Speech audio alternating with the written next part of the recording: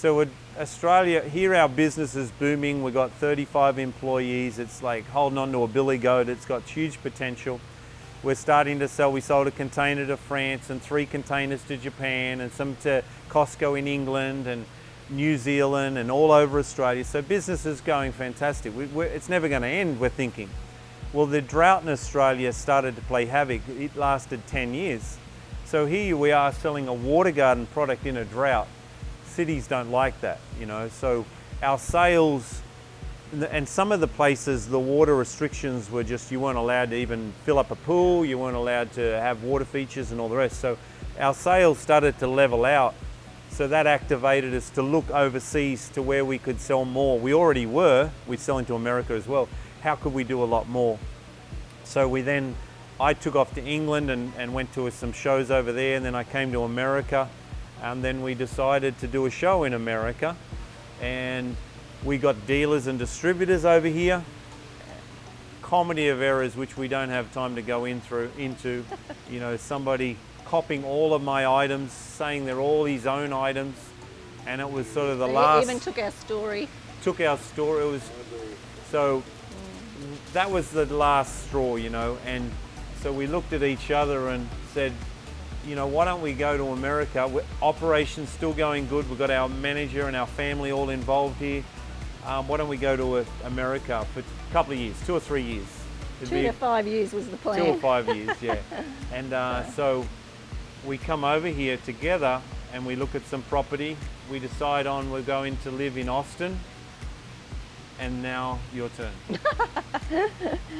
So Stuart's coming back and forth from America, trying to, you know, set up dealers, contacts, distributors, yep. Source materials and supplies and all of that. Meanwhile, I'm back trying to pack up our house into a 20-foot container.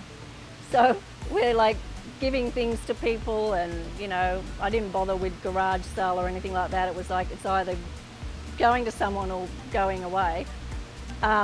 We couldn't bring anything electrical because your power was different, so, you know, we just sort of packed what we could into the 20-foot container.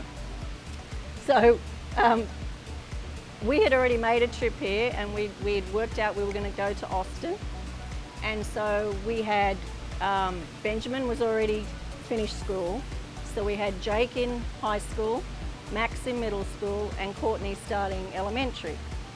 So I went to all the schools, I met the principals, I got contacts. I was going home so the kids would feel comfortable about moving here.